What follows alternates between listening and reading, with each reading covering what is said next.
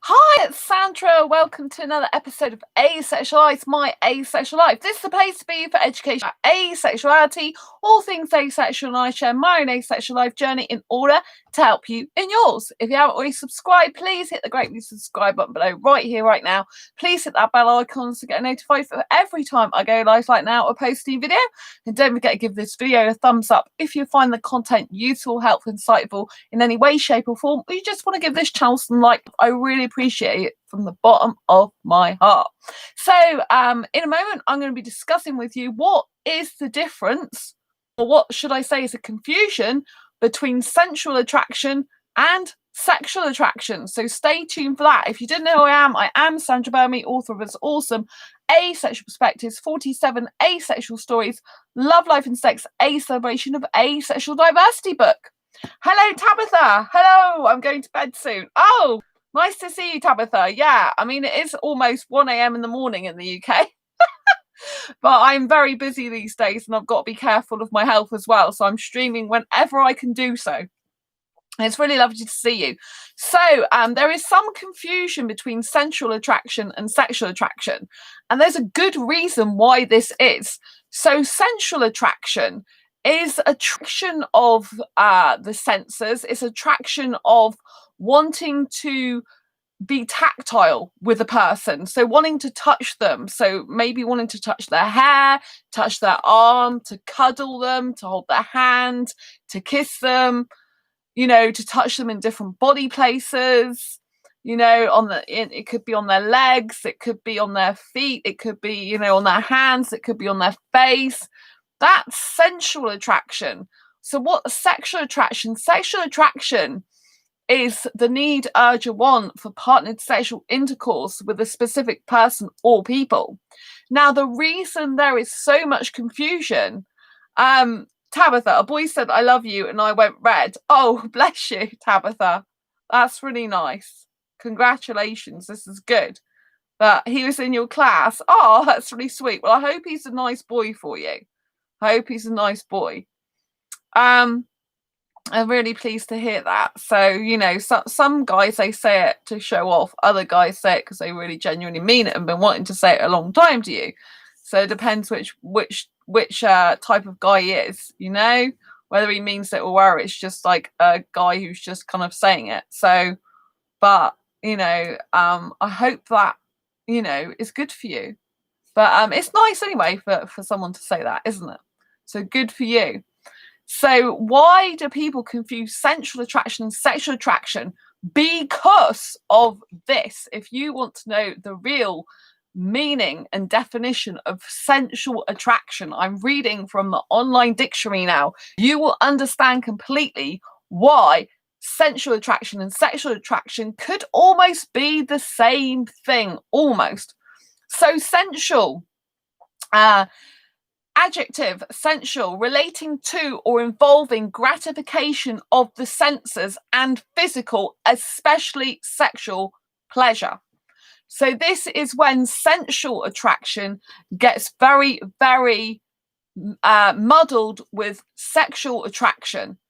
Also, sensual attraction, sensual touching can still be seen as sexual.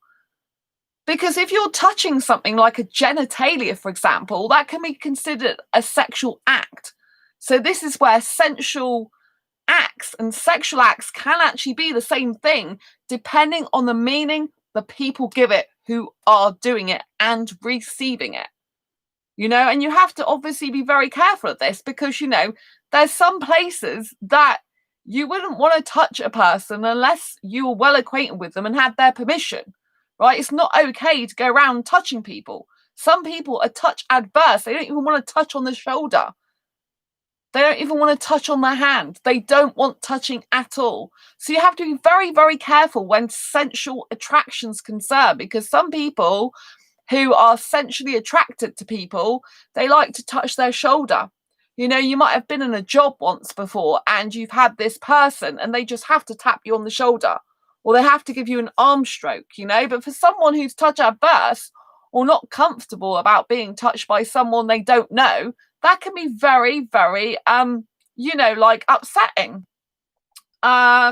So, it can be very, very, very difficult, very difficult. So you have to understand that sensual attraction can incorporate sexual touching and pleasure. And it's very much, for some people, focused on that. So obviously, asexuals that are sensually attracted, if you were interested in having a relationship with a sexual person, you would have to let them understand how that is for you. Because if you say, I'm sensually attracted to you, they might think they mean that you mean you're sexually attracted, that you want to touch them in sexual places. Whereas maybe your sensual attraction, like for example, mine, is with the guy's upper body, not with the genitalia area, right? I like to stroke his hair. I like to stroke his face. I like to stroke the upper part, his shoulders, his arms, so the upper part of his body. I even like kissing his chest if he's the right guy that I'm aesthetically attracted to, you know. But below the waist, the genital area, I have no interest in. So because I'm not experiencing any sexual attraction. But obviously, a lot of sexuals, they do like sensual pleasure. They do like massage before or after sex, or just as an act in and of itself, which can make them very aroused and want to have sex with you. So you have to understand, if you're an asexual that's given a massage to a sexual person, they do experience sexual attraction. That's likely to instigate, activate them wanting to have sex with you. Do you see how this works? Tabitha, going back to the boy you were talking about, he's not really. He did it to show off. He's nice when his friends ain't around. I can't even remember. He said something, probably asked me to hug me. Oh, right, Tabitha, you don't want that type of guy. I've been interested in that type of guy myself, because I get attracted to guys who are different, like class clowns. So I've been had guys say that to me at school. Oh, I love you, and they don't really mean it. They're just showing off in front of their friends. They like the attention you give them, and if they know you fancy them, they do it all the more. Because a guy, when I was at school, he knew I fancied him, and so he used to do it all the more in front of people, and they'll ask me out as a girlfriend, but not really mean it. So you never you stand with people like that, So be very, very careful. You need to get a good guy for you, someone who's gonna be really nice for you, not someone who's gonna show off or treat you differently when he's with his mates. It's not, you deserve better than that. That's what I'm trying to say. Much, much better, much better. So just bear that in mind, I know I'm going off the topic of this video right now, but I have to make it clear to people that, if a guy is different with his friends towards you when he's with his friends, he's going to be kind of two-faced. You're not going to be able to trust him, because one minute he's going to be like this with his mates, another time he's going to be saying stuff to you. You want a guy who's totally honest, totally telling the truth, totally open, and still caring about you properly when he's with his friends, and when you're with your friends, obviously, as well.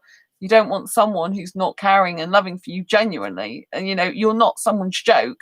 You are to be taken seriously, because you deserve that much, and you are worth more than being the butt of someone's joke, and it's not nice. It doesn't mean to say this guy doesn't fancy you, but there's a big difference between fancy and love someone genuinely. You want to get a good person for you. That's all asexuals.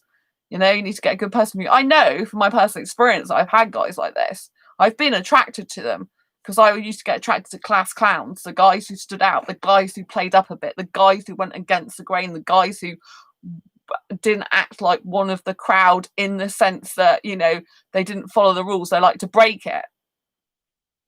But they did follow the crowd in the sense, well, they didn't follow the crowd. They led the crowd.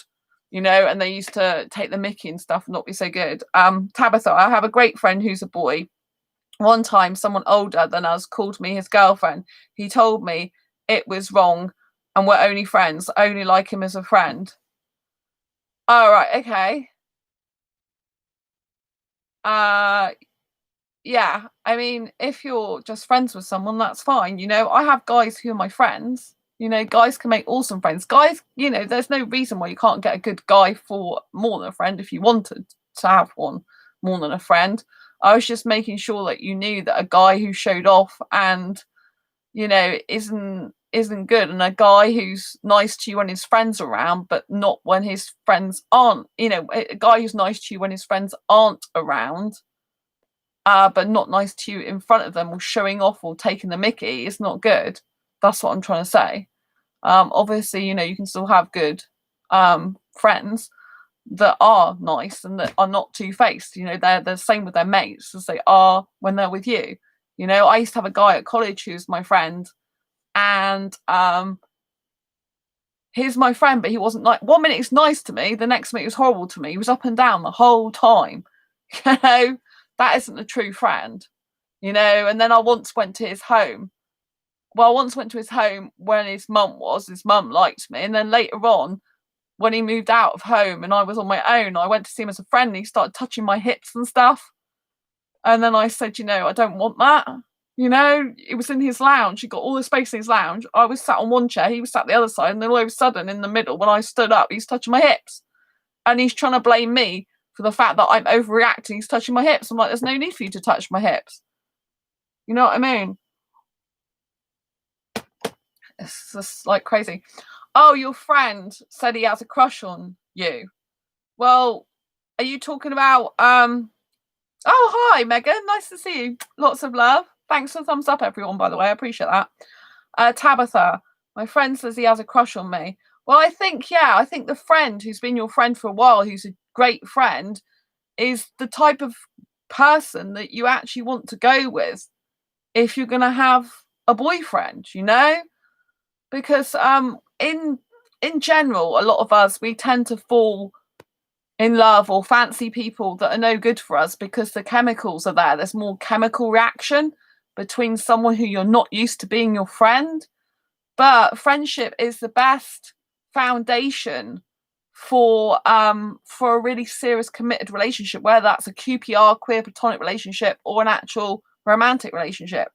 Tabitha, he's another guy. He's nice even when people are around. He's kind of rude, but he's funny and savage. The friend who said he had a crush on me is a girl.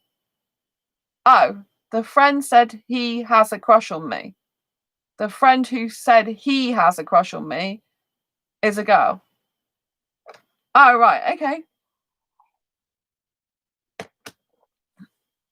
Oh, so it's she has a crush on you. Is that right? Oh, no, the friend who said he has a crush on me is a girl, and she was talking about the boy who has a crush on you. Well, she's probably right. A lot of the time, your friends, if they're attracted to your gender, would normally have a crush or fancy you in some way. It's quite common, obviously with sexuals, it's particularly common. Most sexuals are not just friends with someone having some feelings for them. It's just the way life is. Thanks for the thumbs up. And so, I would, do you like this guy, Tabitha, more than a friend at all? Because if you do, you're probably better off with this type of person sometimes. But then if you said he's rude and funny and savage, then I'm not so sure. But do you know what I mean? But a guy who actually, hi Luna, oh, nice to see you. But a guy who a guy who's been your friend for a while, who you trust a lot more and know a lot more, and actually could genuinely fancy you, have a crush on you, is more likely to be suitable for a relationship than some guy who's not the same when he's with his friends. Do you know what I'm saying? So it's very, very important that, you get a good person for you. It's very, very important, So it's really good. But yeah, so I personally, I would want to be in a relationship in the future with someone who I'd known for a very long time as a friend. Tabitha, oh, your friend is a girl. She told me my guy friend has a crush on me. I just don't feel like having a boyfriend. I haven't known my guy friend long. Oh, right. Okay. Right. Okay. So your friend is a girl and she told you that your guy friend has a crush on you, but you haven't known the guy friend that long. Oh, right. Okay. Well, you don't have to have a boyfriend anyway. I think you're still got years ahead of you. I've still got years ahead of me, Yeah, if you haven't known the guy friend that long, then best not to. Don't be like me, just jump straight in there. It's not good. I am learning. I've learnt a lot. I don't just jump in there with guys, luckily. I I sometimes have feelings for guys almost instantaneously, but I don't actually jump into a relationship with them, which is one step towards goodness, at least. But yeah. So yeah, Tabitha, I think she's probably right. But yeah, if you don't know him very well, um, you know, I think you have to just get to know someone a very long time. I'd rather not have any relationship drama. I'd rather third wheel.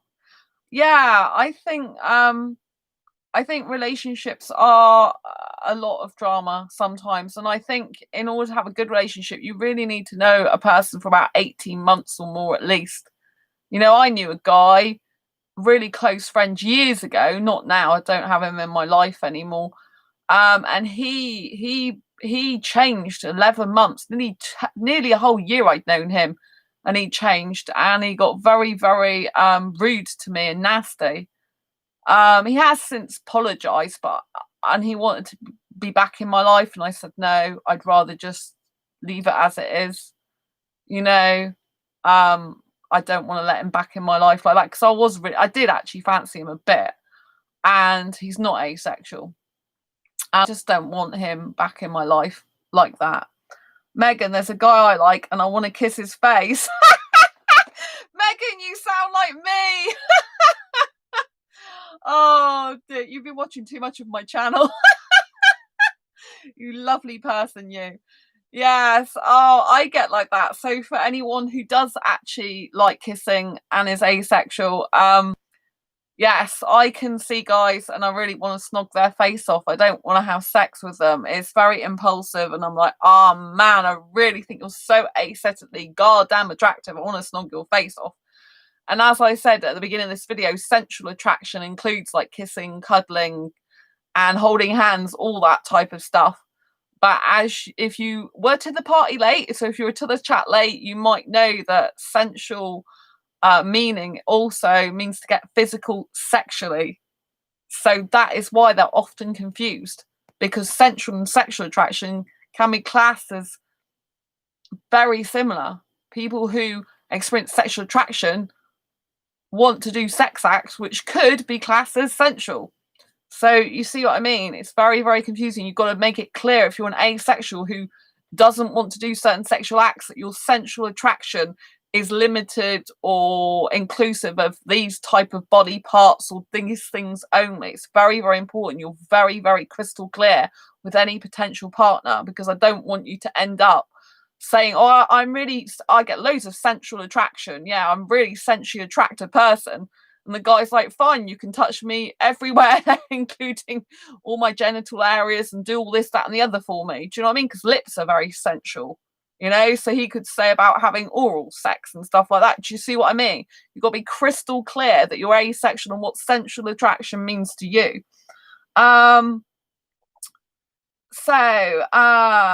Tabitha, my least favorite time of year is Valentine's Day. Oh, it's not my favorite time because I launched International Celebrate Being Single Day in February the 14th, 2015, I believe. So every February the 14th is also International Celebrate Being Single Day. I launched that. Yeah, it'll be yeah. It's been, yeah, because I went for International Celebrate Being Single Day this year. I went to the aquarium in Plymouth with one of my best asexual friends. So I basically created that day so that every single person can celebrate it as their own special day and go on a self date or go with another single friend or friends, for example, and celebrate their special day. But I never, ever, ever get upset or begrudge or look down or frown upon anyone who's enjoying Valentine's Day. I want people to love. There is not enough love in the world. I want people to love. I want people to blossom in their relationships. I want to see them happy. You know, obviously not everyone in a relationship's happy.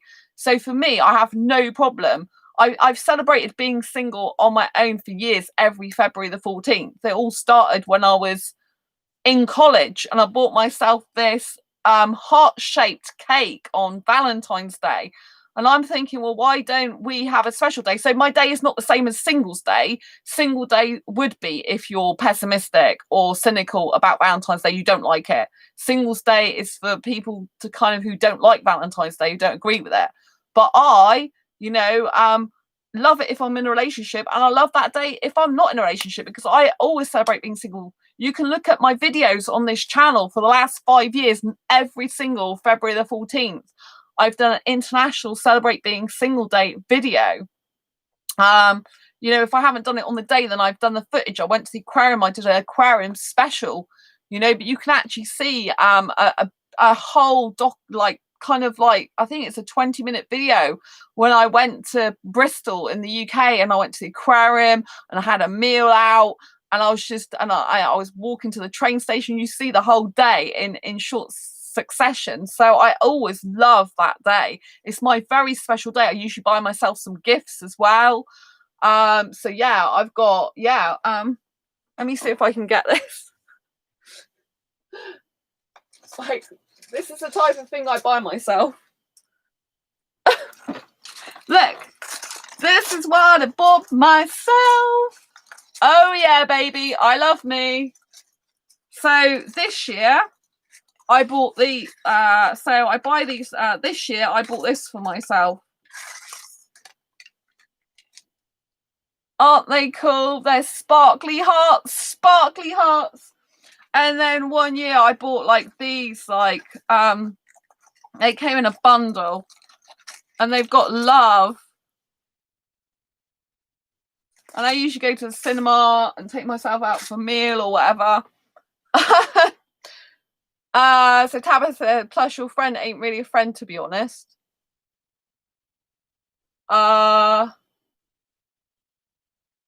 Love ain't the answer for me. I'm not sure you... Oh, you mean your friend who's your friend isn't really a friend, to be honest? Is that what you mean? I know my friends are genuine friends. My best two asexual friends, they both into guys. Not into me. But yeah, you can love other people anyway. It doesn't have to be a boyfriend-girlfriend relationship, but you don't have to have a relationship at all. Luna, crushing is so fun. I have lots of feels. Megan, laugh out loud. That's so cute. Luna, I had a celeb crush. Megan, definitely. I just hope he likes me too. Oh, Megan, that's nice. I'm sure he will. Luna, I like the title of this video. Sexual people get so many things confused. Tabitha, I actually had a celeb crush once. That's when I developed feeling. When I found out he's married, I was pissed off. Tabitha, my only love is family love. Yeah, I don't go for married men. I've had married men approach me, like message me on Facebook, and I'm like, what are you doing? Go and message your wife. Why are you messaging me? Honestly, if married men put as much time, effort, and energy into that actual relationship that's in front of them, they would have a much better relationship, rather than going around on the internet trying to chat women behind their wife's back, trying to video chat with women, go on dating sites and in dating groups behind their wife's back, and just chat loads of women up. Why don't they just pay time and attention and care to the one that's in front of them? Stop looking around for someone else. It's ridiculous. If you're not happy, leave. Let the person be free to have someone who deserves them, who can treat them better. That's what I say. Megan, I was the same way with Orlando Bloom, but he was older anyways. Oh, Orlando Bloom is good looking, Megan. I have to agree with you on that. Tabitha, I had a crush on someone who was young in the 80s. Oh, wow. Tabitha, I hate myself. Well, I hope you don't hate yourself, Tabitha. There's a lot of people that come on my stream that lack self-love. I think I should do a self-love course. But yeah, I love myself. I didn't used to love myself. I didn't used to like my life. But 2012, that all changed. And now I love me. I miss dating myself at the cinema. I so miss dating myself at the cinema. I realised lately I haven't been romancing myself enough. But I really, I do miss the cinema. Obviously, I haven't been for reasons in the world at the moment, but I do love the cinema. I love the magic. I think cinema is so magic, so beautiful. It's like one of the most romantic dates I can do with myself. Thank you for liking the sparkly hearts. Don't hate yourself. You're a wonderful person. It's true. Never ever hate yourself. Never hate yourself. The most important person and relationship you have is with yourself. You know, so it's important you love yourself and give that love to yourself. Your relationship with yourself is the most important thing because you're with yourself 365 days a year, 24/7. So you got to love the person that you are. And if you don't love yourself, change yourself. Only you have the power to do that. If you genuinely don't like yourself, if you genuinely hate yourself, change the things you don't like about yourself. But I believe you're a nice person, Tabitha. I think you should love yourself. Luna, it's a beautiful thing to feel your love feelings while also knowing and standing strong in the fact that you don't have to have sex. Sensual acts can be and are delegate than sexual ones. Yeah, I mean, I read out the definition by the Google dictionary of sensual, what it actually means. And it's relating to involving gratification of the senses and physical, especially sexual pleasure, which is why they can be confused, which is why you've got to be very careful if you do get into a relationship with a sexual person and you say you're a sensual asexual, that you make sure they know what that means. You know, I mean, sensual attraction could be like an all over body, touching the body. I personally don't hate that. I don't like that. I hate it. You know, I didn't used to hate it, but nowadays I don't like it. I don't want some guy's hands all over my body. To me, that's not sensual. That's more sexual to me. So you have to understand that people, basically, I learned a long time ago that nothing has meaning other than the meaning you give it. So basically, what someone thinks is a sexual act could actually just be a sensual act to someone else. Someone who wants to give an all-over body massage could just feel that's totally sensual because they don't experience any sexual attraction. They don't link any sexual thing to it. But if it's a sexual person having all body massage, for example, a guy and he has an erection and wants sex, then to him that could be a sexual act. You know, so sexual acts are determined usually, although there's some like obviously wider known things like sexual acts like oral, anal, vaginal sex, right? They're kind of known as the biggest sex acts you can get. Some people don't even think that intercourse is a sex act. They just think it's intercourse and it's not actually a sex act. Do you know what I mean? But really, it's the biggest sex act you can do. So, you know what I mean? But everyone has different interpretations, different meanings. So what one person thinks is sensual, the other person could see as sexual. This is why it's very, very difficult managing relationships that are of the same orientation, and obviously very, very difficult sometimes when you're different sexual orientations, because the two people can do exactly the same thing, have completely different meaning. You know, completely different meaning. Like my kissing is very sexual in behavior. Yeah, I experienced no sexual attraction whatsoever. But I know with the breathing I do, well, not all the time. If I'm not in the dance floor, but if I'm with a guy kissing him on top of the bed, I'm really like in a relationship with him. I'm really having a good time, enjoying myself kissing for a long period of time. I can make heavy breathing noises like I'm having sex, but I'm not. Do you know what I'm saying? So it can get very confusing to a sexual person, that type of thing. You know, so it's very important that you understand that people interpret things differently, that some sensual acts could be classed as sexual acts, and do you know what I mean? So and vice versa, really. So yeah, not delegate different in my last comment. Oh, sorry. Sensual acts can be and are different than sexual ones. Yeah, but some sensual acts could be considered as the same as sexual acts. If so, for example, a sexual person, if a sexual person's touching me all over my body, it's because they want to have sex with me usually. Do you know what I mean? If I was to touch someone all over their body, I wouldn't want to have sex with them. I'd be feeling their body because I like the feel of it. But you know, like kissing and cuddling and holding hands are sensual. They're part of sensual attraction. But like Google, this is why it gets so confusing, because the actual definition is involving the senses, especially sexual pleasure. Well, if you're doing things that are sexually pleasurable, is that sensual or is that sexual? It's not sexual attraction, because sexual attraction is when you get the need, urge, or want for partner sexual intercourse. But if a sexual person is touching you in a sensual way, they could be sexually attracted to you and giving you a sexual experience from their point of view, because they'll be getting turned on by it. Do you see what I mean?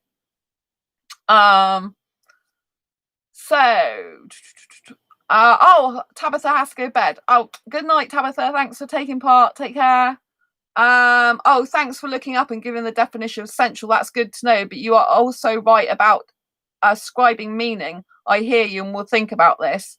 Think about it to better help myself, explain myself if need be. Yeah, Luna, I think it's so important, because people don't actually go to the dictionary, which is what the whole globe tends to look at, not just asexuals, and know that sensual kind of involves physical, especially sexual pleasure. And so a lot of sexual people, a lot of people who experience sexual attraction, will see sensual as part of like a sex act, maybe, or maybe not, so it depends on the sexual person. It depends what they call sensual. But if you're touching them in genitalia or some certain places, that's usually classed as a sex act. Depends what you're doing. You know what I mean? So yeah, I think I think you need to just be mindful of that. So the sensual attraction is not the same as the sexual attraction, but the actual act of sensual touching could be seen as a sexual act, or could be a sexual act even. Do you know what I mean? So it's kind of like very, very could be confusing. But sensual attraction is when you want to touch someone in a sensual way. Sexual attraction is when you're attracted to someone and you want partner sexual intercourse with them, basically. But the sensual touching could be a sexual act that you're doing, which someone is doing because they're sexually attracted to you, but you might be doing because you're sensually attracted to them. So it can be very, very confusing. And I wanted to just let you know this, because this is why it's so important, if you are going to get in a mixed orientation, like a sexual with heterosexual, for example, or bisexual, pansexual, homosexual, you're going to get into an asexual and sexual relationship, you need to be able to fully communicate with the person and explain what you do and do not like. Because I know if I get with sexual, for example, if they're touching me, that will usually always mean a lot of the time they're getting sexually attracted, turned on, aroused by it. Do you know what I mean? A lot of the time. Because that's how sexual attraction works. They get attracted to you sexually, they want sex with you, and they want to touch you because of sexual attraction. Whereas an asexual might want to touch them because of sensual attraction. So you both might want to touch each other, but for two completely different reasons. Got to know the limits of touch, yeah. Exactly. The limits of touch, and also the meaning of the touch for each person. Because like I said, I know for most sexuals, touching is just to do is because they're experiencing sexual attraction, I mean, obviously, if you get a sexual person that absolutely adores lots of sensual touching that you adore from an asexual point of view, then that could be really, really good. If the sexual person loves massage, if the sexual person, like, you don't mind being naked and you love touching each other all over your bodies and stuff like that, and you just really get a lot of pleasure out of that, that could work well. But obviously you'll probably be getting pleasure as in feeding your senses. They'll probably getting pleasure as in senses and sexual gratification out of it as well at the same time. So just bear that in mind when you are approaching a relationship. I'm trying to keep these streams a little bit short at the moment, because I've got to preserve my voice, because I'm doing a lot of video footage at the moment, so my voice keeps kind of like going a bit croaky. So I have to be careful to keep them a bit less than I usually do. So Anyway, I hope this video has been useful and insightful for you. If you've got any more questions before I go about sensual attraction and sexual attraction, or if there's anything else you want to bring up before we go tonight, do so now in the comments. Otherwise, I think I'm going to leave it there for tonight, and then we can pick up another topic another night. But I just wanted to, kind of clear it up. There was a guy who's nice to talk to on Facebook who's been emailing me, and he said that grey asexuals, it kind of like seems that different people have, think that certain thinks certain things are sex acts, and then other people think certain things are sex acts. There's very much different confusion about sex acts, and that's because, like I said, some people, what's sensual to one person is sexual to another. So that's why a lot of the time there'll be confusion about grey asexual, the grey asexual end of the spectrum, sex acts, and what's sexual in terms of what you're doing. There'll be confusion as to what actually is sexual because people give things different meanings. Megan the Curse, I'm not liking the touching stuff. Yeah, I mean, I understand that, I mean, there's some asexuals that are completely touch adverse. They don't even want a stroke on the shoulder, and they still want to have a relationship. Some of those, they still want to be in a loving, committed relationship, but just without any touching whatsoever. So I just want to extend a hand out to any asexuals that are completely touch averse and say there are people out there. There are other asexuals out there. I know there's some in my groups. They're few and far between. They're more rarer. Like, I'm a rare asexual really for my kind of like niche needs and what I like and don't like. But there are others out there, and some people like some touching but not others. But I understand you, Megan, because I mean, years ago I used to be in sexual relationships and I kind of didn't mind being touched, but there were certain times that I felt more like it than others. There were certain times I felt weird and other times I was okay about it. But these days, now I know I don't have to have sex and relationship. I'm kind of like, I don't want a guy touching me all over my body. It's like, this body's mine. It doesn't belong to you. It's my private body. Do you know what I mean? I don't mind you touching certain places that I allow. Definitely want a relationship. I'd only like just the kissing, cuddling, and hand holding stuff. That's my favorite things, Megan. I love kissing, I love cuddling, I love hand holding. No, I like a guy to put his hands around my back.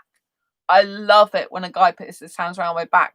Although I don't mind being physically close to a guy with my clothes on, like sat on his lap, in between his legs, or bodies intertwined with clothes on a bed. But I don't want to actually physically touch him there with my hand. Luna, and you don't have to like it. Don't do it if you feel uncomfortable. Yeah, it's very important, but I want you to know you're not alone on that, Megan. I mean, I love the kissing, cuddling, and holding hands. To me, that's a much better type of relationship. There was one guy I met on Asexuality a long time ago, and he's like, oh, but I'd want to touch you all over your body, and I couldn't be in a relationship without touching all over the body. And I just wouldn't want that, I don't want some guy's hands all over my body, and what shocked me the most, he's like, why? Have you had a traumatic experience to make you feel that way? And I was just shocked. I was absolutely gobsmacked. He asked me that because this was another asexual guy. He was demisexual, though. He's on the much more sexual end of the spectrum, of the asexual spectrum. But, I thought, how horrible is that? You're basically saying that, because I don't want to be touched all over my body, I must have had some traumatic experience that made me feel that way because it's not normal, and I thought it was disgusting because I thought asexuals get that type of kind of verbal abuse a lot of the time from sexuals without having it from another asexual, you know what I mean, or someone on the asexual spectrum. I thought it's very disrespectful, very rude, and I thought, I'm glad I'm not with you, mate. I'm glad I don't want my body to be touched all over because I wouldn't want to be with a guy like that. How insensitive and horrible is that? How insensitive and horrible. My last long-term relationship, I was completely naked with the guy, and I've had sexual abuse, but that was way before then. It didn't stop me having sex or being naked with the guy, Oh, I hate the traumatic response. Yeah, Luna. But coming from someone on the asexual spectrum, I was absolutely horrified. I'm like, that's really nasty, you know? He might have been brainwashed so badly by allosexuals. We're supposed to unite, not hurt one another. Yeah, I mean, he is demisexual, you know? So, you know, he's on the very much more sexual end of the asexual spectrum, you know, but whether he's asexual or not, he shouldn't be speaking to anyone like that, you know? I just thought that the community we get a lot of stick, you know, like, oh, you're asexual because you must have experienced trauma in your past. And for him to turn around and say that to me, I just thought it's like stabbing your own kind in the back. Do you know what I mean? It's very rude.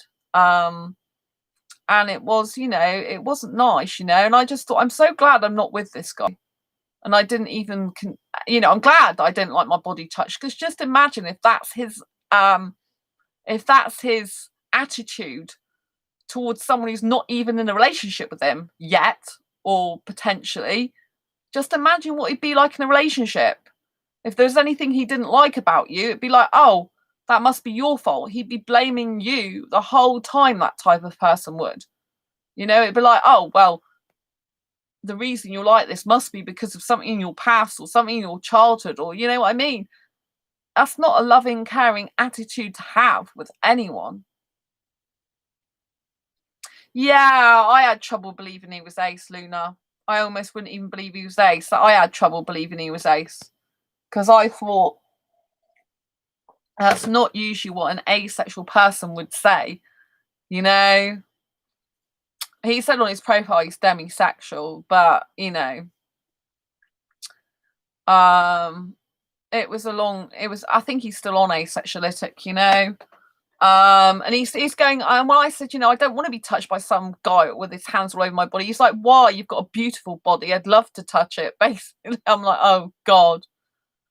And then he's like, if you've been traumatized before, you know, had trauma in your childhood or something to make you feel that way, you know? Well, he's either been brainwashed by allosexuals or, you know, but, you know, some people are just not nice, even if they're on the asexual spectrum. It doesn't mean to say they're not, doesn't mean to say they're nice. Do you know what I mean? We have to remember that everyone's an individual. And so, you know, I've known asexual guys who literally like cheat. I mean, there was an asexual guy I came across in Mexico on Facebook years ago, and he was in a relationship, a long distance relationship with a woman, while he was chatting me up, and even admitted to chatting another girl up. I didn't even know he was in a relationship till he confessed up.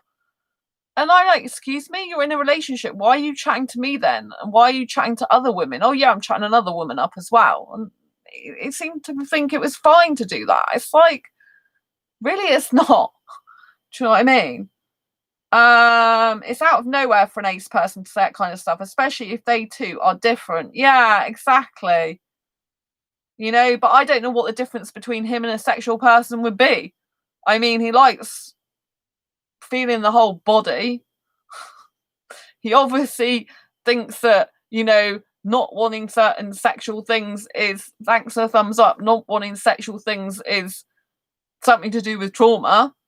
I mean, how is that? That attitude is like the same as most sexuals. And you know what I mean? The fact he's demisexual, I mean, when he gets with a woman, obviously, you know, he gets sexually attracted to her, doesn't he? So, you know, I don't know. I just thought it was really rude. And I just think it's not a good person that's like that, whether he's genuinely demisexual or not. You know, I just don't think it's a good person. You don't want to ever end up in a relationship like that with someone who's just like blaming something to do with yourself for the reason you are the way you are. You want someone who's going to love the way you are for all your little differences, quirkiness, appreciate you, and someone who's going to respect your boundaries and respect your wishes. You know, even if they, you know, like he could have just said, he did say, oh, I want all the over the body touching, so it wouldn't be suitable. But he had to say that first.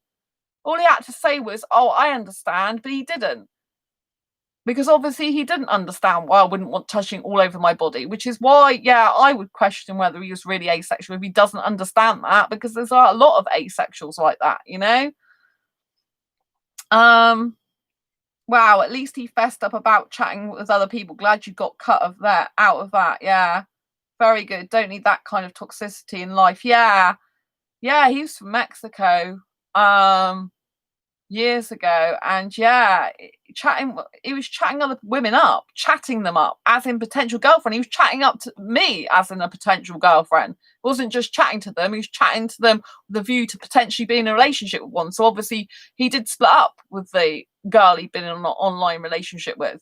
So then he had others lined up, didn't he? Do you know what I mean? While I didn't go, oh, I didn't know you were with someone. He goes, yeah, but we're not getting on that well, so we might split up. And I think, as far as I remember, they actually split up while I was still talking to him. But there's another guy who's in the UK, and he's into going around chatting up loads of women as well. Very bizarre. But there are flirts, there are cheaters, even within the asexual community. You just have to know that, just because someone's asexual doesn't mean to say they're a good person. I wish all asexuals were good, because I love asexuals, but we have to understand that, everyone's an individual, and whether they're asexual or sexual, they can be, not very good people in certain ways.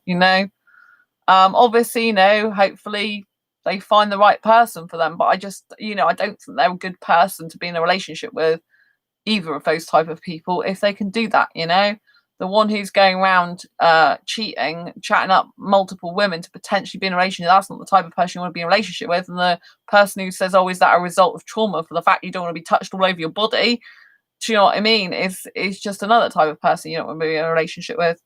There's always some bad apples in the bunch. Yeah, exactly, Megan. There's always going to be someone who's not great, no matter what community they're in.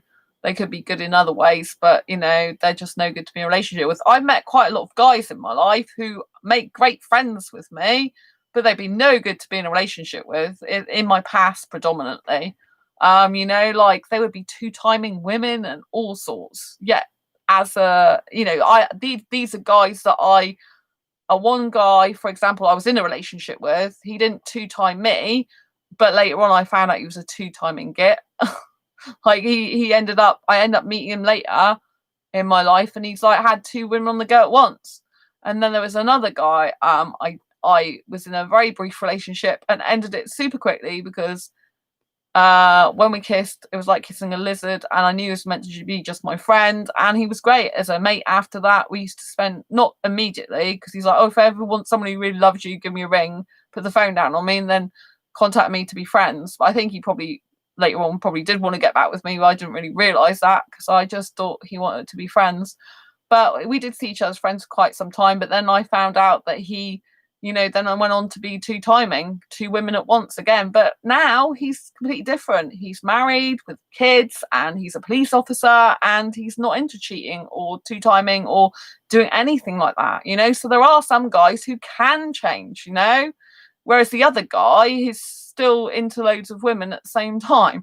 The last time I spoke to him years ago. So some guys change and some guys don't, and some guys change for the worst, because obviously, the guy, when I was with them, they weren't cheating on me, either of those people. They weren't cheaters when I knew them to be with me, but they became that way. So, you can't sometimes know a person until you've known them over a period of time, really. That's why it's very important to take your time if you're going to be in a relationship, if you want to be. That he's changed in a good way. Yeah, it's really good. Eddie, I changed for the better, I think. Yes, Eddie. I think you did. I think everyone has continuous work to do on developing and growing themselves, including me. I've changed myself a lot since my past relationships. I'm still continuing to change myself as well. It's very, very important you continue to grow and develop yourself. Very important I continue and grow and develop myself. There's still a lot of work to be done. We always have to continuously work on ourselves. I think that any person who doesn't want to work on themselves is not going to be very good to be in a relationship with, because it means they always think they're right. They've got nothing to change, nothing to improve. So when you get into a relationship with them, they won't be very adaptable. They'll just be like, I'm great, suck it up. It's like, that's not the type of person you want. You want someone who'll, change because they want to, develop and grow themselves because they want to. So, yeah, it's nice to see you, Eddie.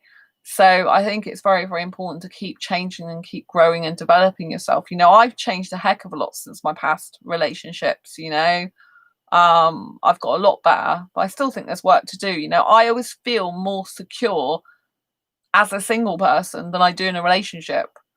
It's something I always feel a lot happier, more confident, a lot more like me when I'm not in a relationship, which might mean that relationship's not right for me, or just maybe I haven't met the right asexual guy to be in a relationship with yet, who I can totally be myself around, natural with, and who's very similar to me in some ways that's good for us.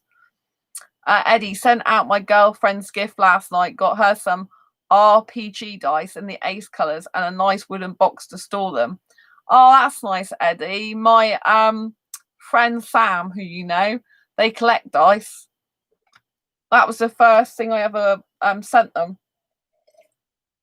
Before me and Sam became best friends, I sent them a dice because in my no sex dating group where I met them, they said that they collect dice. This is when I first met them years ago, before they even came to one of my asexual meetups, and I sent them a dice free of charge in the post. I got it in a cracker.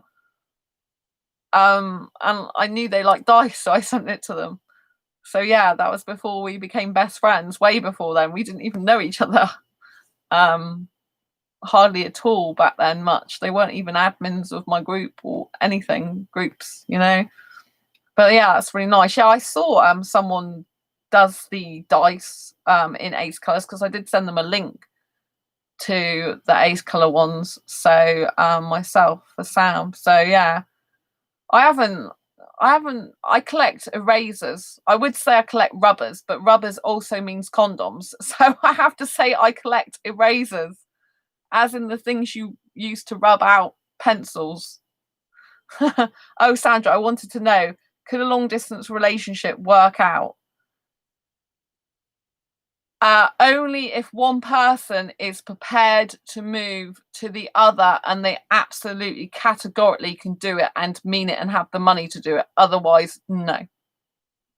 Because usually they should be willing to move as well within about a year, 2 years, because you don't want to be hanging on. They should be willing, well, maybe not move, but visit. So within like the first year, like 8 months, a year, they should be willing to visit and see you in person to see how it's going to work. I mean, Eddie's in a long distance relationship though. So Eddie's been 2.5 years in a long distance relationship where Eddie's not asexual, but been with his girl for 2.5 years. So far Eddie's has. They haven't met in person yet. But in my personal knowledge and experience, I've never been in a long distance relationship. Wow.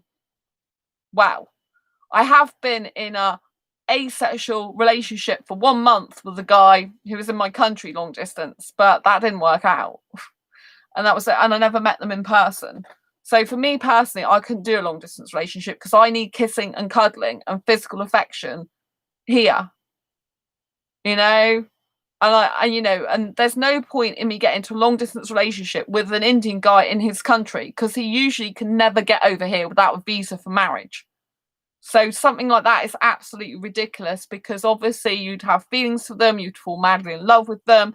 They can't get a visa unless you marry them. You don't want to marry them for a visa. It's the worst thing you could do. And therefore, it just means you've wasted all that many years of life. So unless you've got someone who, can actually come and visit you, has the money and means to do that, then it's not going to be possible. You still have to meet up. There has to be a certain point where you're going to meet up and that you want to be together, and one of you is able to move to the other, right? This is the most important point. One person has to be prepared and able, money-wise, to move to the other person. I know a guy, a Bangladesh guy, who was in a relationship for nearly 4 or 5 years with a person online in another country.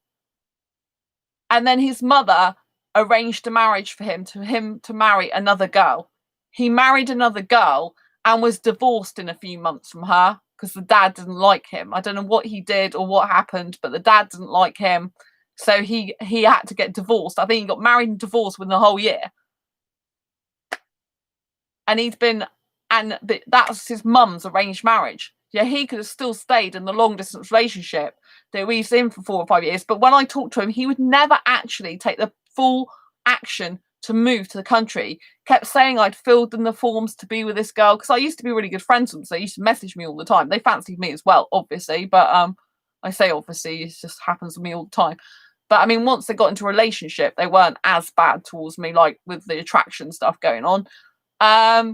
And I said to them, like, what are you doing to move to this woman? She used to spend hours every night Skyping her, like hours every single day. This is how besotted he was. Yet he still let his mum have an arranged marriage because it's part of his culture, and it didn't even work out. So he lost that person for good because she wasn't going to wait around. But unless someone's actually can take action, get a visa, move, it's not going to work. I know people who have moved countries to be with someone they love, but they've found a way and got the means of doing it. There's one blogging guy, and he moved to Austria from Spain. He did actually get married. He's in his 70s. I think he was 71. His fiance was 37. So and then there's a guy from the UK who moved to the Philippines. He moved and then he got married. A lot of people do get married when they move. But, one person has to be prepared to move to the other, otherwise it'll never work. And it's no point in, it's like I always, I get a lot of foreign guys, particularly Indian, interested. But when I actually say to them, can you actually move? Because I doubt it, because every Indian guy I talk to can't. There's Indian guys in my city, so obviously some of them can.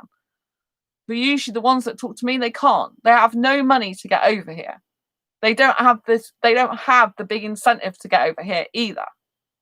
Their family's there, their friends there, right? The only thing is they love the English British dream, the freedom that comes with being in the UK. Well, that's what they think, And when they come over here, they could be completely different. If they come over here, do get a visa, they could just think, oh God, I've got my, because in their country, they can't have sex usually before marriage and stuff like that. So they can come over here and they can end up, like thinking, oh, wow, I can take my pick of women now. Do you know what I mean? So, and when you meet someone in person, it doesn't mean to say you're going to click with them and be able to get on with them in person. But there are some people that make them work. So it depends. But one person has to be prepared to physically move to the other. So otherwise, you're not going to have an online relationship forever. Do you know what I mean? Eddie, I'm nervous. Oh, bless you. Bless you. Megan, the guy I like lives far away from me. Luna, I got to agree with Sandra, but good for you, Eddie. Megan, I understand. Thank you for answering. I've been wondering a lot lately. It's been a bother to my self-esteem. Like, he won't like me because of our distance. I don't think it's a case of he won't like you because of your distance. I think it's a case of you need someone who's near you, ideally. Don't go out. If it's a guy who lives in a country that can't get a visa, do not get involved with him, because he'll try to make you fall in love with him, so he marries you for a visa. If you want to get married, that's fine, but make sure they can go over to your country at their own accord and they can visit you and see you and spend the money seeing you. Do not let them into your heart so they emotionally connect with you and hook you, so you feel like you have to marry them to get them over here to your country or whatever country you live in, right? Usually a lot of foreigners will go for Canada because it's easier to get into than the UK or America. Usually it's Canada. I have a long history of experience with dealing with foreign guys because that's what I'm attracted to.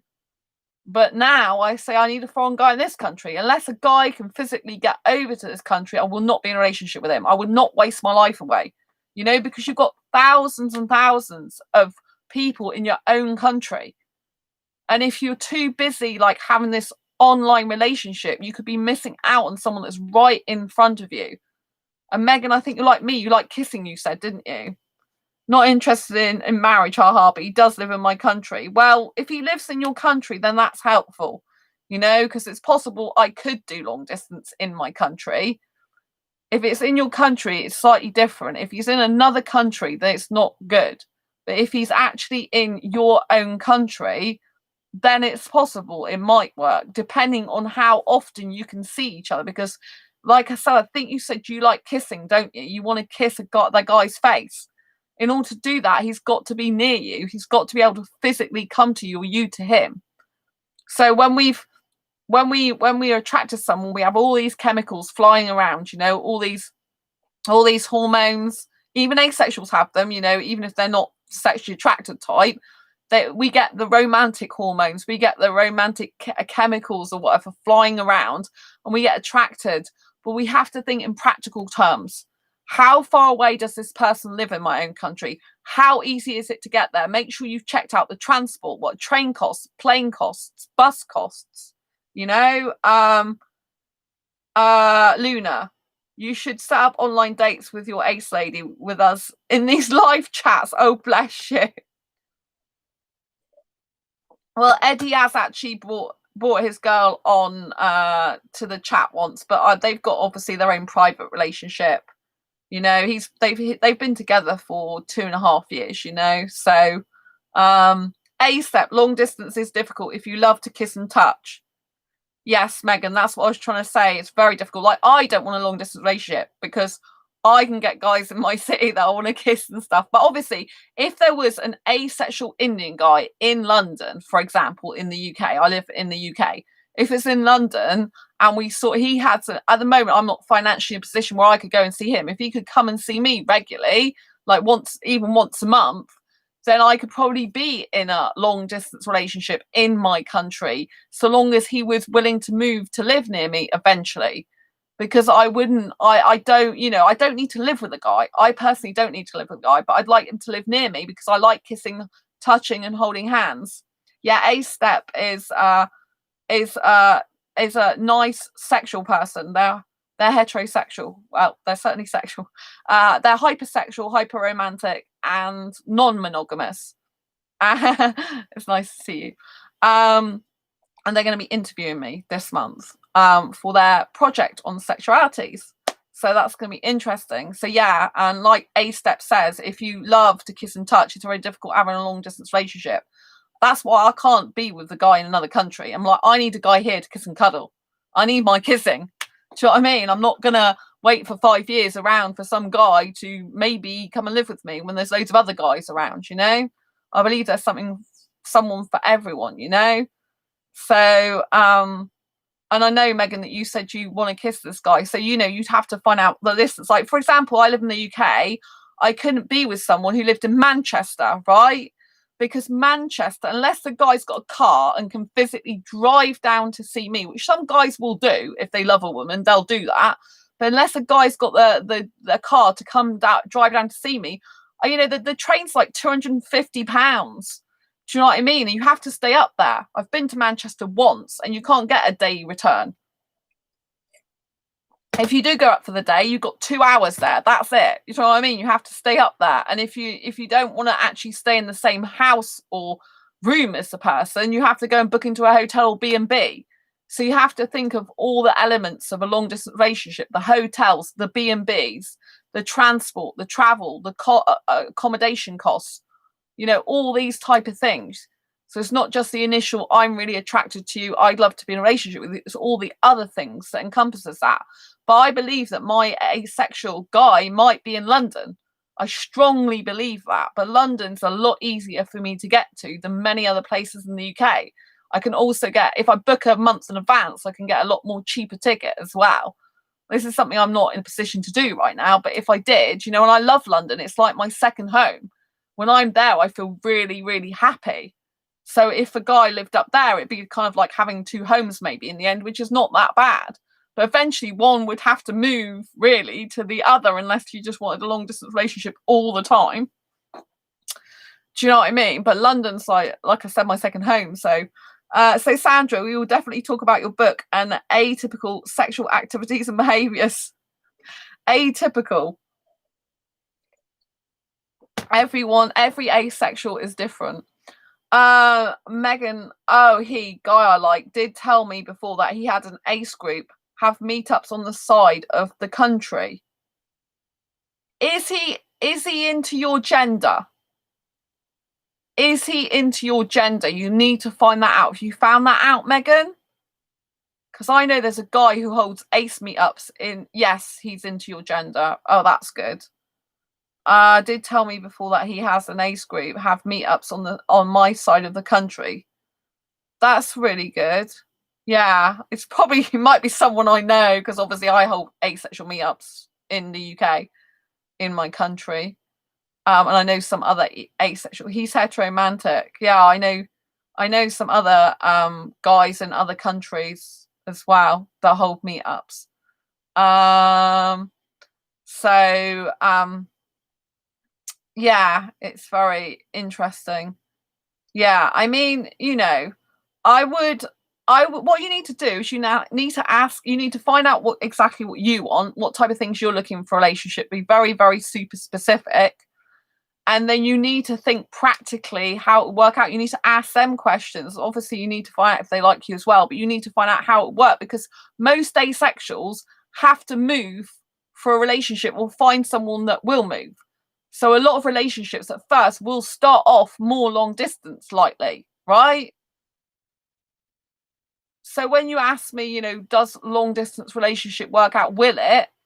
If it's in the same country, it's more likely to, but one person will have to eventually move. Like, I am a non-mover, right? Well, specifically at the moment. I mean, I love where I live. I absolutely adore it. So I want a guy to eventually to come in my city, move to my city and move around the corner from me. So I can still get all my cuddling, all my kissing. He can get all his cuddling, all his kissing, and I can still do my work and live my own asexual dreams and still be up till still 8 o'clock at night doing my own thing, But I'm hugely romantic, so I need that, So I say I'm a non-mover and I'm looking for a mover, someone who can move to come live near me, But work out how long it is. A step. I'm from New York in the States, and I went to London in 2010. I miss that city. You tried to tempt me, A step. Yes, I do love London. I do love London. It's absolutely amazing. Yeah, it's really, really good. I love London, But my place that I live here is just incredible, I'm close to like supermarkets. The quayside is 5 minutes walk from where I live, which is my beautiful bit of countryside in the city. And I've got a train station near where I live, 5 minutes walk from a town, 20 minutes walk from the city centre. I've got everything I need right here, apart from my asexual soulmate. That's the only thing I don't have here. But hey ho, one day, So going back to asexuals and relationships, most of the time an asexual relationship will start online.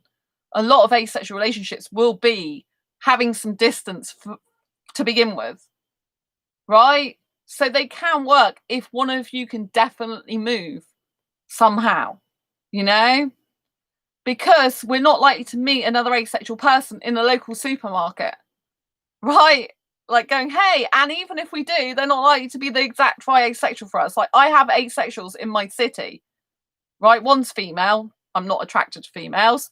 One's a guy. We're totally the opposite on nearly everything, apart from one thing, right? We're not suitable for a relationship, right? There are other asexuals that I've known of in my city. They're not suitable or live near my city, right? They're not suitable. They're all not suitable. So usually when you have an asexual person, you have to usually have some distance between you to begin with a lot of the time. But you have to know if one of you is a mover or both of you are prepared to move. One or both has to be prepared to move.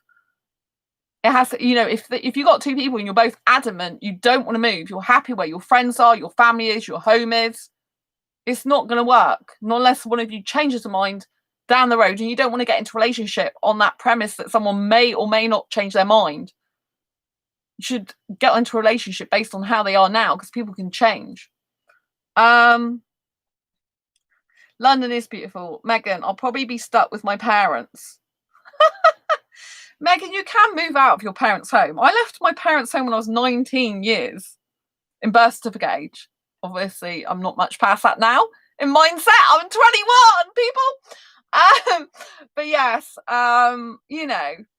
So I mean, there was a guy, asexual guy, who liked me, but he, lived with his dad, and he had, in the end, he revealed he had such special needs. He can't even, an asexual guy, he can't even move out. If he does, he has to be near his dad. That type of guy is not suitable for me to be in a relationship with. But ideally, he has to stay with his dad all the time because his dad has to take care of his special needs. So if you get into a relationship with that type of guy, you're in a relationship with him and his dad consistently. Do you know what I mean? So you have to take each person as they are. And it's better if you can move out and live on your own for a while before actually living with someone else, if you intend or want to live with someone else in the future, because it makes you much more get a sense of who you are, a sense of what you like and don't like in a relationship, a sense of what you will and won't do. You can have your freedom, you can get used to your own single life and be a stronger person in and of your own right. Do you know what I mean? So, you just have to understand. But I mean, if he's into holding asexual meetups, he's probably might be prepared to travel. But a lot of asexuals are like, oh, I want to find someone in my city. It's like, be realistic. A lot of the time, you're not going to likely find someone who's the right asexual for you to be in a relationship with. Be hopeful as well, because obviously you've got to remain hopeful that might happen. There might be the right asexual person in your city as well. Don't give up hope, but also be realistic that it's a more slimmer chance. You've got more chance of meeting someone further afield. Like my friend who got married to his partner, asexual partner last year, their guy and girl, they got married last year. He used to commute every weekend to see her. Just before they got married, they ended up moving in. She moved in to live with him. But for a long time, he was commuting every single weekend, but he didn't mind doing that for his girl. He's so in love with her. He does a driving job and he's happy to drive to be with her every weekend because he loved her. He's dedicated and they're married now and he's the happiest he's ever been in his entire life. They were made for each other, those two. There's an older guy that I'm friends with who used to live in my city. He moved out to not so far away now. He's about 58 and his fiance's 23. And they're both asexual, but she lives, so they have a long distance relationship, but he makes sure he travels to see her. And either he will move to be near her or she will move to be near him. Either is prepared to move. And they're engaged. So he did want to go and move to live near her because her family's up there. And so he felt that was better, but she said that she might want to move to where he lives. So either is prepared to move, but he goes and sees her at least once a month, sometimes twice a month. He'll commute on, I think he's got a motorbike now. He was having a car and he's got a disability and he still manages to go and see her. She's a love of his life. They're always like messaging each other daily and talking frequently, which is what you need to do, obviously, if you're in a long distance relationship. You need to be keeping communication open all the time. Every single day should be like you're with them, even if you're not with them physically, so that you're always connected, especially for asexuals, because that's how we love, through an deep emotional connection. So in order to keep that connection going, we need to stay connected to the person, messaging, video chat, Skype dating, all that wonderful stuff that we love to do, So it's very, very important that you keep that type of thing in mind. But yeah, most asexuals will start a relationship online. So do you see? I hope this is helpful for you, Megan. I hope this is helpful. But I mean, he might be the type of person that can move, that's a mover. That's why I usually ask people in my asexual dating groups, when you introduce yourself, you need to say whether you're a mover or non-mover, right? Because I'm a non-mover, which means I have to find a mover. But like I said, everyone who lives near me, none of them are suitable. And I have guys in my city, but that are foreign and younger, really good looking, but they're sexual. They want sex. I can't do that. Megan, I appreciate it greatly. Thank you very much for explaining. Oh, okay, that's good. Yeah, I'm trying to just think of things because, you have to think in practical terms. And when you really attracted to someone, you don't always think in practical terms. You think of like, wow, they're so incredible, I want to kiss them. I get like this over Indian guys, you know. I'd love it if an Indian guy came and moved all the way from India to come and be with me. One day, maybe he will, you know. Some Indian younger guys are entrepreneurs and do make shed loads of money online. So there's no reason why it cannot actually happen one day. Just so I haven't met that type of asexual guy yet, but I think he's probably in London hiding somewhere. It's probably because I love London. I always think of it like my second home. So he's most likely to end up being there, I think, if he's not already in my city. He's most likely to end up being there. But you see a lot of Indian guys as well that come over to the UK. They're only over here for study, then they go back to their country. I don't want to get involved with someone like that. I don't want to emotionally get hurt. When I get into a relationship, I really would like it to be for life. Otherwise, I don't see the point. To me, it's just a waste of time. I may as well stay single and kiss lots of different guys whenever I want, you know, than enjoy my life rather than get into a really serious, committed relationship when the other person's just going to go off and I'm going to be emotionally hurt. A step. If someone is happy to do something, they will just do it. I'm usually the person willing to travel for partners or dates. Now I would appreciate someone who wants to come to me. Oh, bless you. Oh, hi, Fiona. Lovely to see you. Lovely to see you. Oh, yeah, you're polyamorous, aren't you, A step? Because you're non-monogamous, so I presume you're polyamorous or polyamorous, however you pronounce it. Yeah, so I'd appreciate someone who wants to come to you. How are you feeling? I hope you're feeling better. Yeah, I mean, my throat's holding out tonight. It started to get a little bit sore earlier, but it's holding out. But I have been feeling a bit better today, thanks. A step. My best friend is Latina and married an Indian guy. Oh man. My best friend is Latina and married an Indian guy. They bonded over their love of heavy metal music. Your asexual Indian man is out there. Oh, bless you. Yeah, I don't want marriage, but yes, thank you. Metal. Eddie likes metal. I am not into metal at all. I'm into Latin. You said Latina. I'm into Latin music, Spanish music. I listen to Latin music nearly all the time at the moment. It makes me really, really happy. Really, really happy. I absolutely adore Latin music, Spanish music, all that type of thing. Bloodywood is good. Do you mean Bollywood? I like Bollywood music, obviously. Yeah. So, but yeah, I really want my Indian guy. One day.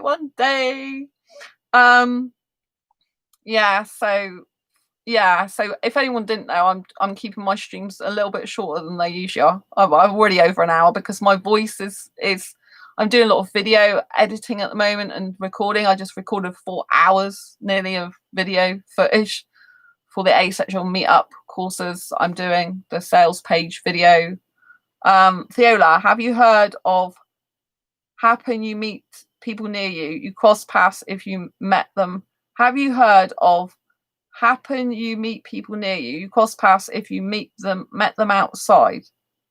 I don't really know what that means, Theola. Maybe I'm not reading it right. Yeah, I mean, I have lots of asexuals. I have asexuals that live near me. It's called HPPN app. No, I've never tried HPPN app. Like the only app I'm on is ASAP for asexuals. I don't really want to be on sexual apps. I'm still registered with Mingle too, which is a sexual dating site, but I'm not on there at the moment. I'm completely not going for sexual dating sites because a lot of them just want sex and I haven't got time. I'm busy at the moment. Busy living my dreams. Sandra, even if we never date, we should go out. We should go to a Latin dance club whenever I come to England. Oh man. Well, I am monogamous, as you know, so I couldn't date a guy who I couldn't be in a relationship with a guy who's not monogamous, put it that way. And I couldn't really date a guy that was non-monogamous. What would be the point of actually dating a guy? But go to a Latin dance club. Oh my god. You do know I do sexy dancing. Yes, of course you know, because you watch my videos. That's probably why you want to go to a Latin dance club with me, is it? Oh my lord. I'm going as red as my top now. I'm not surprised you said that to me. You did say made you melt in one of your comments on my video. So I'm like, oh, he fancies me.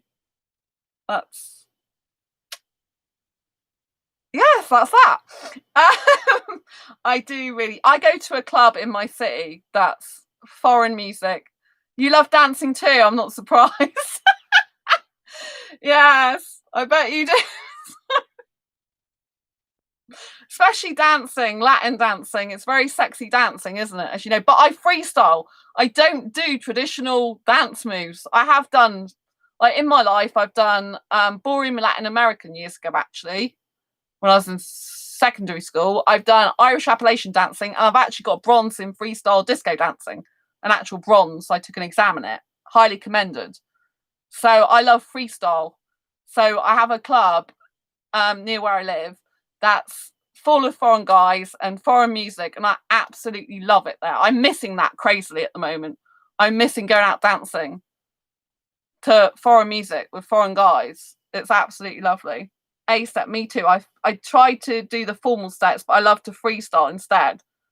Yeah, I'm much better at freestyling. I like to do my own thing, and then I dance a bit with the guy, and then do my own thing, dance a bit with the guy usually. But a lot of the time, I end up dancing with myself in the mirror, because obviously the best person to dance with is myself.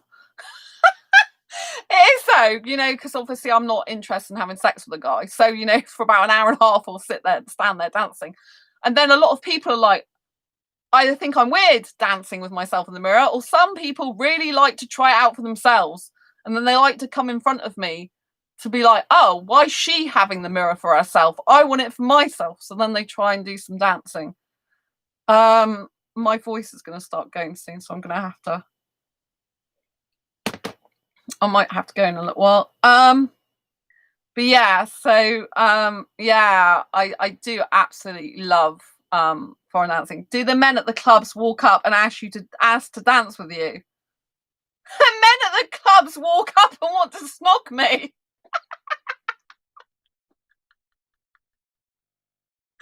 They really usually skip the dancing part and go straight for the snogging, most of them. It's true. What can I say? That's what usually happens. It depends what guy it is. But usually they're more into snogging me than dancing with me. But yeah, they don't really ask either. They kind of just do it. They just kind of come and try and dance in front of me. And if they're lucky, they get to actually dance with me, because I'll turn and face them or carry on. There's one guy, Indian guy, who I dance with. But, they don't really ask. They just grab your hands, try and hold your hands, and then start pulling you towards their body, because obviously they're sexuals. That's how it really works in the club. None of this really kind of like gentlemanly stuff goes on. It's more like, I just want to snog your face off, or I want to dance with you and you can grind with me. Or I just want to come behind you and feel your ass, basically, if you want to be the blunt truth.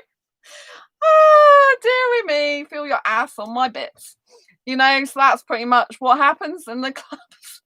But now I do dance on my own a lot. So if I don't want a guy to dance with me, I'll just look the other way.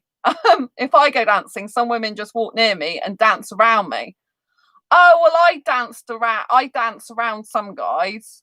But usually if you dance around guys, most of the time it's because you fancy them, but then not necessarily if you obviously are short of space, But I often end up dancing on my own in front of everyone in the beginning of the club, because they kind of clear the dance floor for me.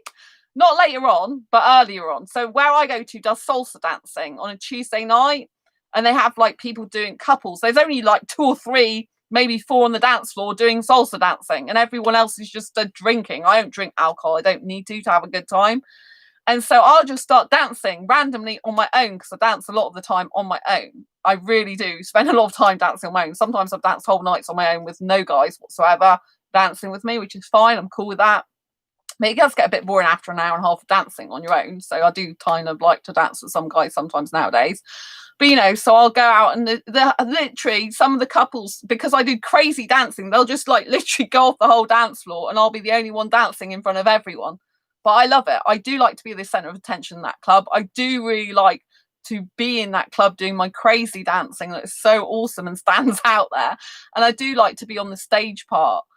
So, and I've got very comfortable and confident now in looking out at the crowd, because I was looking at the walls before, and this guy came over and decided to try and take the mickey out of me looking at walls, like, what are you doing? And I just looked at him like he was the weird one. But I've increased my confidence, so I shift now and I look at the crowd and I'll be jumping up and down in front of everyone. And I'm very good at doing that. Last time I was in the club, I had 3 guys dancing with me. A 4th wanted to, but he was very not good looking. I can only dance with guys usually I'm highly aesthetically attracted to and wouldn't mind kissing. The rest of them is like, no, don't want to dance with you. No. But yeah, there was this guy, he was foreign, but he had, look, I don't like facial hair. I don't find it that attractive usually. I know you've got facial hair, Steph. And, you know, I prefer clean shaven guys. You know, they're much better for kissing. I don't really get attracted to guys, especially not with big bushy beards. This is not my thing. I prefer clean shaven, boy next door type look. Yummy. And so you know, I you know, there was this guy and he was foreign and he had facial hair and I just wasn't attracted to him, and he stank of smoke. I can't be with a smoker. I don't like smoking, right? So it was like, you know, he wanted to dance me, asked to dance. I'm like, no, I'm dancing on my own. I want to dance on my own. And then all the other guys came and started dancing with me, not at once, not all together, obviously.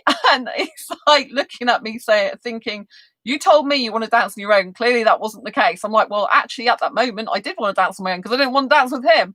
But yeah, I think the same night I danced with 3 guys. I think it was, that was the most I've ever danced with the guys a night. 3 different guys. I think that was the last time I went. There was a guy who was young, yeah, like 18. He looked like he was about 18. British. I don't actually know his age. He was a British guy, I think, and looked about 18. Then there was a guy who looked about 27, which is old for me. And but he might have been a bit older, but I would say he was British. I think he was British as far as I know. But he was literally out of breath when after 2 dancers with me, he was going like this. I'm like, are you okay? And he went back with his mates because he came with 2 mates. So he was better because he wasn't being sexual with me. He was just really dancing with a nice, pretty girl like me. He wasn't into having, you know, like pouncing on me and wanting to be having sex with me. He just really wanted to enjoy dancing with a beautiful female and having a nice time, which I really appreciated. You know, I could tell he was different to the other guys. I could tell he was a really nice person. He really wanted to just dance with me for the pure simple fact he loved my dancing and be around me.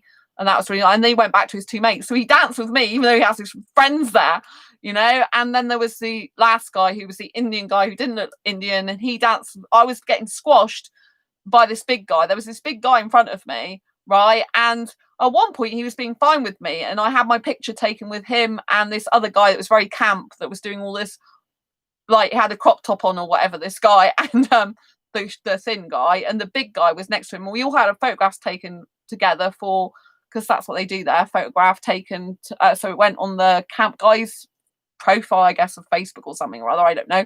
So the big guy was being quite nice to me, and then all of a sudden he started getting in my way and started trying to take the mickey out of my dancing, which I'm like, I really don't care, but I do care that you're squashing me against the wall and I can't breathe.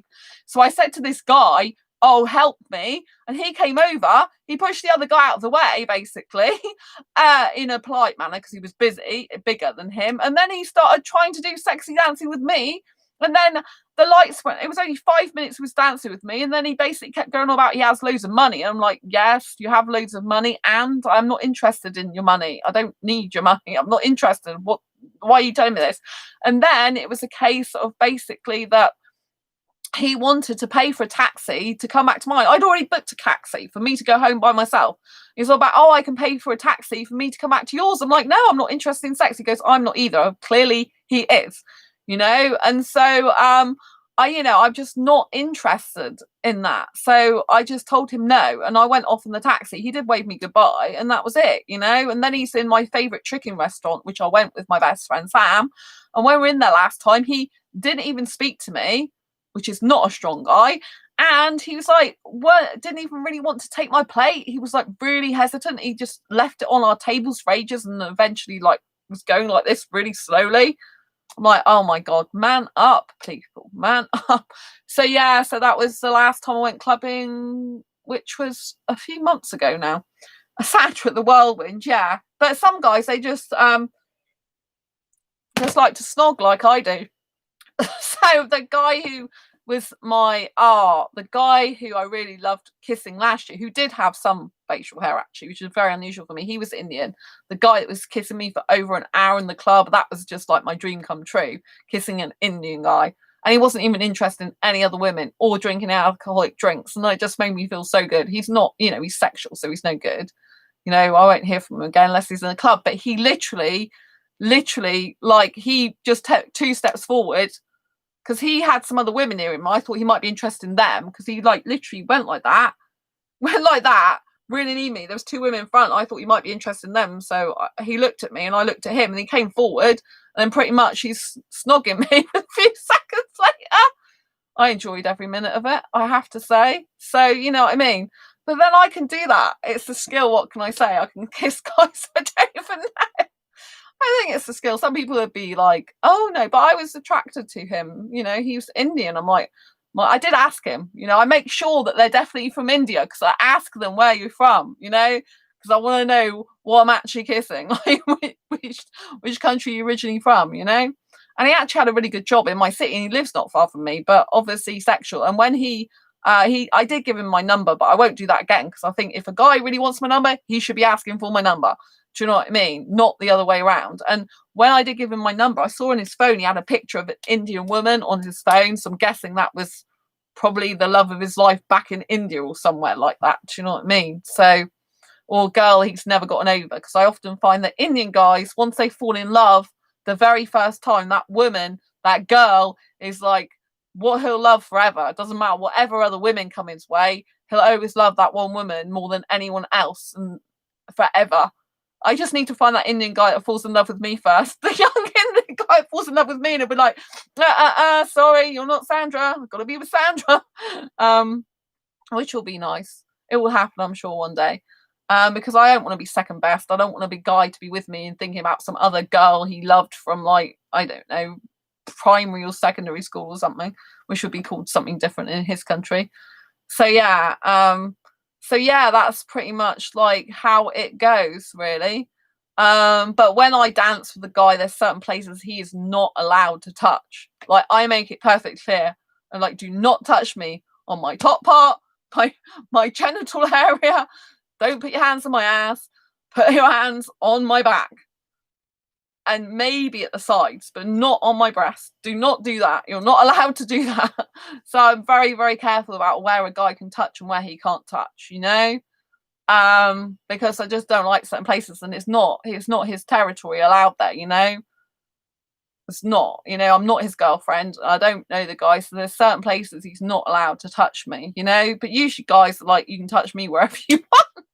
Like the guy tends to like me touching his chest, even on the dance floor. I'm like, well, that's fine if you want me to do it to you. I'm quite happy to do that, but I do not want that done to me. Thank you very much, And the Indian guy that's kissing me for an hour, he's looking at me, gone out, like, why don't you want me to touch him? Like, because I just don't. I don't like sex. I'm not interested in that, basically, He thought it was funny, but I'm not sexual like that. I'm not interested in that, I just like the snogging and the upper body of a guy, not the below the waist. Boundaries, exactly, A-step. Boundaries. I've got very strict boundaries, very strict boundaries. So I feel quite safe in the club I specifically go to. I'm always going there quite well. I go there about once a month, not always. And the security guards, I always see there regularly. There's quite a lot of the same security guards. It's really nice because there's actually gay people there, lesbian people there. So there's all different people from all different sexualities. It's not just all heterosexuals.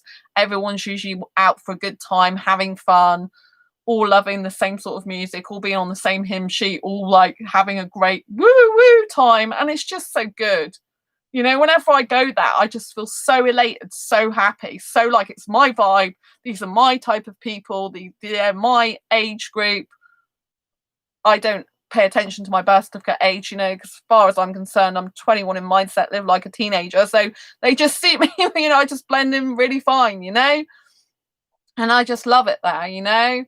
And so I really miss that at the moment, because it really does light up my life. I feel so good. I feel so euphoric, when you feel like you're on top of the world and you feel like so elated, so happy, like everyone's there just dancing, having a great time, no horribleness. Occasionally you get people being idiots there, occasionally, but the majority of time everyone's really good overall, but I've had guys that have walked out with me.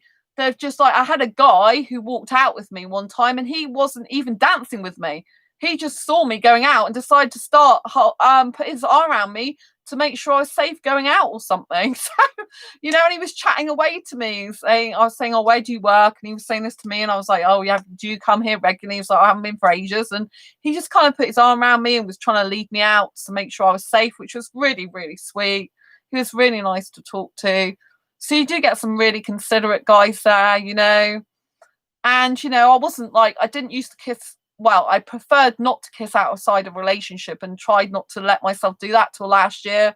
About November last year, 2019, I decided to do that outside relationship, because I absolutely love kissing so much. And I've been looking for my asexual soulmate since 2014. I haven't found him yet. So while I'm single, I may as well just enjoy kissing. And plus, it teaches me the art of detachment, which I think I do need. I need to learn to detach from guys, because it's better for me in the future. So if I do get a guy who ends up being bad for me again, I can detach from him a lot quicker, because I tend to get very emotionally attached to a guy, which is why I don't want to invest my time on casual relationships. You know what I mean? I'm a kind of usually all or nothing person. And I prefer, to have either a long, serious, committed relationship for life, or just not bother and be single and kiss some beautiful foreign guys as and when I please, without the drama of a relationship, and I prefer to be in a relationship with someone that I've known for a long, long period of time as a best friend, soulmate type of person. But all my best friends are not suitable romantically for me. So I haven't got someone in my life that's suitable for a romantic relationship, at least no, because they're not. The only guys that are interested in me that possibly would be suitable in another country. You're a snogging lover. I am a snogging lover, a very big snogging lover. I love the word snogging. Holding hands during kissing is so intimate and needed for me. Oh, I love holding hands. If I go around, I am such a hyper romantic. I love physical contact with my guy. Obviously I'm monogamous, I know you're not, but I like being with just one person in a relationship. But I love giving loads of affection to him. So I love holding hands, even going around the supermarket, because it's well, I lead a single life, right? I'm around the supermarket all the time on my own. I can do everything on my own. But if I'm with someone in a relationship, I'm in a relationship now. We should be having lots of physical contact, as in holding hands, as in kissing and cuddling. So I like to hold hands, kiss and cuddle wherever I am, in a supermarket, in the street, wherever I am, And when I go around the supermarket, I love to hold my guy's hand. If he's holding the shopping trolley, I like to put my fingers intertwined with his, so we're holding the shopping trolley together. Obviously, you can't do that all the time, especially not with social distancing at the moment. But, there's something electric about having your fingers intertwined with the other person's. It feels like, oh, this is so nice. A step, if my friends hold hands with me, I constantly have to remind myself it's purely platonic. Yeah, why would your friends want to hold hands with you? That's strange. I would never, ever hold my friends' hands. That's weird. Only if they were really upset about something and they were really distraught, would I possibly take their hand and calm them down. But I would never usually ever hold my friends' hands, because to me that's something I would only do in a relationship. I wouldn't, and I would look for a guy who doesn't do that with his friends, doesn't cuddle his friends, doesn't kiss his friends, and certainly doesn't hold their hand. For me, that's purely reserved for a romantic relationship, not a friendship. I've got strict boundaries with my friends. It's usually a short handhold or to comfort them. Yeah, I wouldn't like that. But you're not monogamous anyway, so it doesn't really matter to you, does it? But I'm monogamous. That wouldn't be acceptable for me, if a guy was doing that, if he was in a relationship with me, that's why I need to look for a guy who's got the same boundaries as me. You know, it's very important when you look for someone for a relationship, they've got exactly the same boundaries. That's one of the things that you should definitely look for in a relationship. You need someone with the same boundaries, because there's a lot of asexuals that do actually cuddle their friends. That for me is a huge no-no. For me personally, you only do that inside a relationship. You do not do that with your friends. It's completely different. But obviously, some asexuals are not like that, right? Some asexuals think it's fine to cuddle up watching Netflix together. And I'm like, what's the difference between that and a relationship then? You know what I mean? But you know, that's me. I don't cuddle my friends. I don't kiss my friends. I don't hold their hands. I wouldn't do that, you know? It's just, you know, me and my friends like hug each other to say hello and goodbye briefly, and that's it, you know?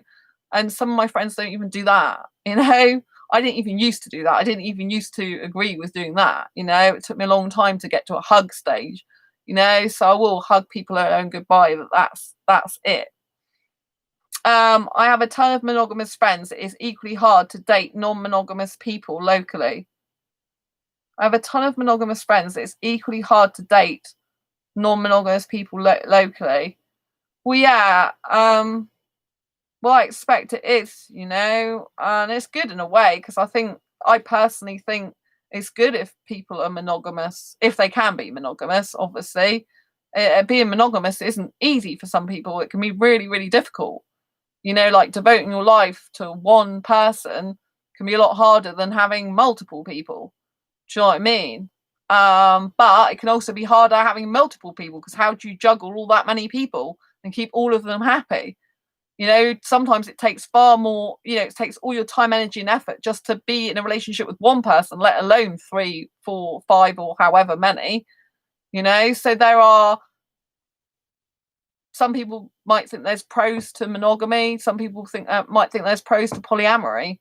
You know, I'm strictly monogamous in an actual relationship because I don't want to share my guy with someone, you know. And I do think that personally that, you know, you know, that, well, I just don't want a guy to be, you know, having relationship with someone else when he's with me, because I am fiercely monogamous in that way, you know. And I think, you know, like, it takes a lot of time, energy, and effort into creating something really meaningful with someone, you know. And it's hard work, you know, with one person, let alone complicating things. You know, and I think, like I said before in this video, with people that are married, you know, that are meant to be monogamous, you know, if they spend, you know, they spend so much time going around chatting other women up online, chatting, you know, going on dating sites, going in dating groups, instead of loving the one they're with and paying more time, attention, effort, and energy into the person they were with. If they put more time, energy, and effort into the person they were actually in a relationship with, their relationship would be so much better and stronger. They need to grow and develop themselves. But a lot of them, they don't want to change. They're like, oh, there's nothing wrong with me. I'm just not getting passion and aliveness in the relationship, so I'll go elsewhere. Actually, the problem's equally you, because you're in the relationship with that person, which means you need to change and grow, develop yourself. Lots of guys are like, oh, you know, there's no passion. There's no passion in the relationship, mate. You need to work out what you're not doing to create that passion, right? It's actually in traditional male roles, it's up to you to bring the passion and aliveness to the relationship, to be the protector of the woman in a traditional male-female relationship, masculine, feminine relationship, right? It's up to you to bring the passion and aliveness, you know, and to communicate with your partner and to help the situation, not to just go off to the next pair of legs available. Do you know what I mean?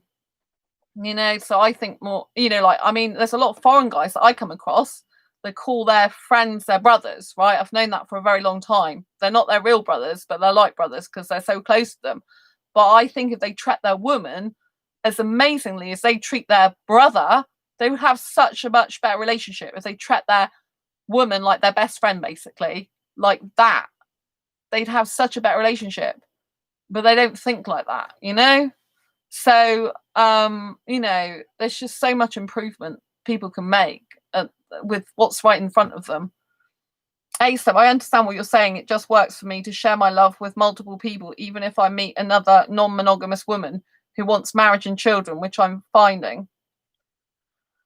It just works for me to share my love with multiple people, even if I meet another non-monogamous woman who wants marriage and children, which I'm finding. Oh, well, if you're polyamorous, which you are, you're polyamorous, if you like that and it works for you, then it's your life, isn't it? I wish you well with it. I wish you well with it. I'm not marriage and children person at all.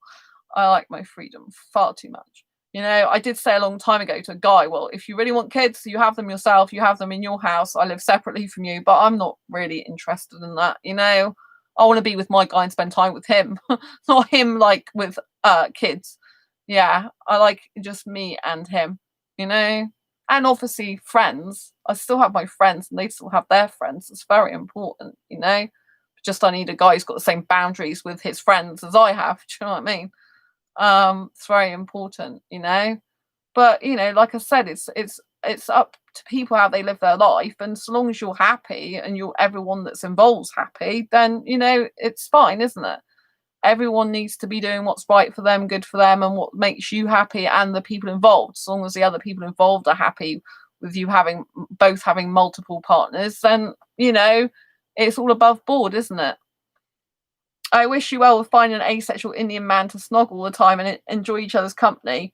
Maybe go dancing together. Yeah, I say Indian guy rather than man because I like guys in their 20s. Like, man reminds me of the word man seems like too old for me. Indian guy. Snog all the time. Yeah, I would like to go dancing together with him. I really would like a dancing, because the problem I have is I love my single life so much. I love the dancing so much. I wouldn't want to give that up, but I wouldn't feel it's right to be dancing with other guys if I'm in a relationship. So that does actually prove difficult for me, because it's like dancing is part of my soul. I really need to dance. It's part of who I am. I crave it. I miss it. I love it. I love street dancing. I was watching another street dance movie tonight before I came on the stream, because I haven't been feeling so good lately. I've been watching more movies to calm and relax myself, and I love street dance movies, but I really feel like I need a guy who will go out dancing with me, but be very strong in terms of boundaries with other women, because at the clubs you get women trying to dance with guys all the time, right? And I need a guy who'll say no to other women. Do you know what I mean? Like, if I'm in the toilet, I'm waiting for my woman. Do you know what I mean? So that's going to be kind of like difficult, but I really need the freedom of being able to dance with my guy. It's very important to me, because I don't want to stop dancing. If I stop dancing, I feel like a part of my soul was dying. So, like, thinking, Sandra, maybe you just need to stay single. I have to go, Sandra. I love who you are. Have a great day. Blows kisses. Oh, thanks very much. Lots of love. I guess I better end actually the stream, because I've been streaming a long time. I think I need to rest my voice anyway, But I want to thank everyone who's been taking part tonight in the stream. Thank you so much, Tabitha, who was here earlier. Thank you so much, Megan. Lots of love to you. Thank you so much, Luna. Lots of love to you. Tabitha, I do send my love, because I didn't send my love a minute ago. Luna, Tabitha, Megan, lots of love, Eddie, and ASEP, lots of love to you too. And if you haven't, and Theola, massive love to you. Don't forget, if you haven't subscribed already, please hit the great big subscribe button and hit that bell icon to get notified of every time I go live. Right now, I post a new video. I'll see you on the next video or live stream. Take care. Bye. Don't forget to give this video a thumbs up. Thank you. Bye.